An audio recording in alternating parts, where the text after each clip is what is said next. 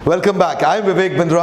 I am a motivation speaker, leadership consultant और business coach. मेरी इच्छा रहती है कि आपको इस चैनल के माध्यम से सारे वो पावरफुल टूल्स और वो सारे बिजनेस के मेथड्स और प्रोसेसेस आपको शेयर करता रहूं, ताकि हमारे देश में छोटे छोटे व्यापारियों को वो मदद, वो नॉलेज मिल सके जो उनको वेस्टर्न यूनिवर्सिटीज में जाके नहीं मिली। आज बात करूंगा मैं कि एक ऐसे इकोसिस्टम बिल्ड कर देते हैं एक कॉमनैलिटी के बेसिस पे। पीड़ित लोग, जब कई पीड़ित लोग, कई दुखी लोग, कई परेशान लोग मिलकर के इकट्ठे जुट हो जाते हैं, एकजुट हो जाते हैं, उस लीगल फॉर्मेशन को सरकार ने एक लीगल फॉर्मेशन की पॉसिबिलिटी दी है जिसको बोलते हैं कोऑपरेटिव सोसाइटी। कोऑपरेटिव सोसाइटी में एक कॉमन इकोनॉमिक इंटरेस्ट को सेफगार्ड करने के लिए, कॉमन सोशल इंटरेस्ट को, या कॉमन और किसी ऐसे इंटरेस्ट में जिसको सामने वाले को लूटा जा रहा हो, दुखी किया जा रहा हो, बहुत सारे पीड़ित लोग इकट्ठे मिलकर के सामने समाज में कई चुनौतियों का इकट्ठे एकजुट होकर सामना कर सकते हैं, और उस मूवमेंट को बोलते हैं cooperative movement, cooperative society. Cooperative society ये जिस प्रकार private limited company, public limited company, partnership company, LLP या प्रोप्राइटरशिप, इसी प्रकार इसको भी एक लीगल स्टेटस दिया गया है।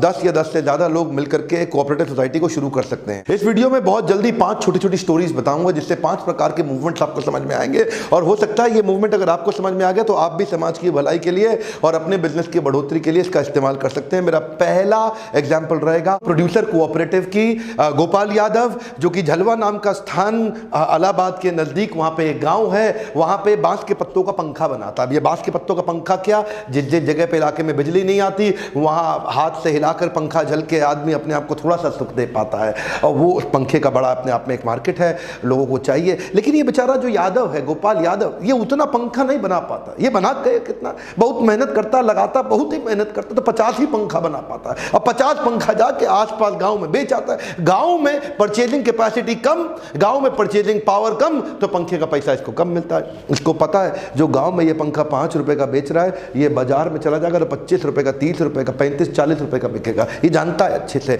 लेकिन सोचा यार 25-50 पंखा लेके कहां जाएगा इतना दूर, और फिर आएगा क्या बचेगा, कितनी मेहनत लगेगा। अब ये सोचे कि मैं अगर जाऊं बाहर तो मेरे को कम से कम 500 पंखा लेके जाना चाहिए, तब जाने का, 1000 पंखा लेके जाना चाहिए, तब जाने का फायदा हो। अब ये सोचा 1000 पंखा बनाऊं कैसे, मेरे पास मशीन नहीं है, मेरे पास मैन पावर नहीं है, मेरे पास कैपिटल नहीं है, मेरे पास इंफ्रास्ट्रक्चर नहीं है, मेरे पास तो कोई जमीन नहीं, मेरे पास तो कुछ भी नहीं है, मैं कहां से 2000-5000 पंखा बनाऊं। यही आती है बात प्रोड्यूसर कोऑपरेटिव की। ऐसे कई पंखा बनाने वाले लोग जब इकट्ठे हो जाएंगे आपस में, और एक मिल करके एक पढ़े लिखे आदमी को मैनेजमेंट में डालें जो चोरी ना करे, जो उनको तंग ना करे, जो ट्रस्ट वर्दी हो, और मिल करके एक मैनेजमेंट तैयार कर लें, और ये सब पंखा झलने वाले मिल करके बाजार से लोन ले लें, बैंक से लोन लें, मशीन सेटअप करें, और हाई स्पीड पे बहुत सारे पंखे बनाएं। वही पंखा जो आज 5 रुपए का बेच रहे हैं, वही जाकर के मार्केट में 40 रुपए का बेच पाएंगे, मार्जिन बढ़ जाएगा, कमाई होगी, जिसकी जितनी कैपिटल उसमें उतना बढ़ता चला जाएगा। इसको और समझना चाहते हैं, मेरी पुरानी केस स्टडी लिज्जत पापड़ की आपने देखी होगी,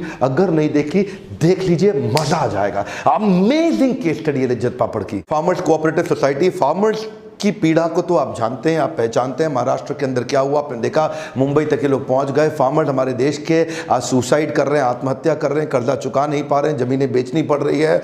क्यों ऐसा हो रहा है? क्योंकि उनको ठीक पैसा मिल नहीं पाता उनके लिए मार्केट में। तो आज एक कहानी शुरू करूंगा। साउथ कश्मीर का एक प्यारा सा इंसान गुलाम मोहम्मद, इसके पास एक भैंस थी जिससे ये उत्पादन करता था 12 लीटर दूध का। ध्यान दीजिएगा, 2 लीटर ये घर में यूज करता था, 10 लेकर के बाहर बाजार में जाता था कि भैया 10 लीटर दूध मैं बेचना चाहता हूं, क्योंकि इसको उत्पादन में मेरा को कुछ खर्चा लगा, वो खर्चा निकलेगा, कुछ पैसा बचेगा। जिसको ये दूध बेचने जाता था वो उसको 18 रुपए लीटर देता था। कहता था मुझे मार्केट में जाना है, मुझे आगे जाकर के देना है, मेरे खर्चे हैं, वो उसको 18 देता था। 18 रुपए लीटर में, इस 18 रुपए लीटर इसको मिलता था, मार्केट का रेट 40 रुपए लीटर का था। बीच का पैसा वो मिडिलमैन बीच में खा जाते थे। अब ये उनसे बहस करे तो वो माने नहीं, इसका अपना खर्चा भी ना निकल पाए। तो एक दिन गुलाम मोहम्मद ने सोचा क्यों ना ऐसा करूं कि मैं खुद ही शहर चले जाऊं और मैं खुद जाकर के शहर में दूध बेचा। उसमें क्या दिक्कत है, बीच में मिडिलमैन की मुझे जरूरत ही नहीं। अब वो शहर जाने के लिए उसको चाहिए थी मोटरसाइकिल। मोटरसाइकिल वो खरीदने गया वहां पे साहूकार से मोटरसाइकिल खरीदने गया, तो वहां पे उसको 5% ब्याज पे उसने मोटरसाइकिल दी, यानी कि कर्जा दिया जिससे मोटरसाइकिल खरीदे वो। अब 5% का मतलब हो गया साल का 60% ब्याज के ऊपर लिया, तो वो उसके ऊपर इतना भार पड़ गया जिसका वो अनपढ़ व्यक्ति हिसाब जोड़ नहीं पाया। बहरहाल ये मोटरसाइकिल तो ले आया और दूध 5 दिन का इकट्ठा करता, 50 लीटर दूध लेकर के शहर जाता। शहर में वहां मंडी पे जो आदमी बैठा वो उसको बोलता, ए तेरा कम से कम इसमें 20 लीटर तो खराब हो गया। 50 में तेरा 20 खराब है, इतने दिन से तू रखा हुआ है, तो 30 का पैसा दूंगा, बाकी 20 का दूंगा नहीं।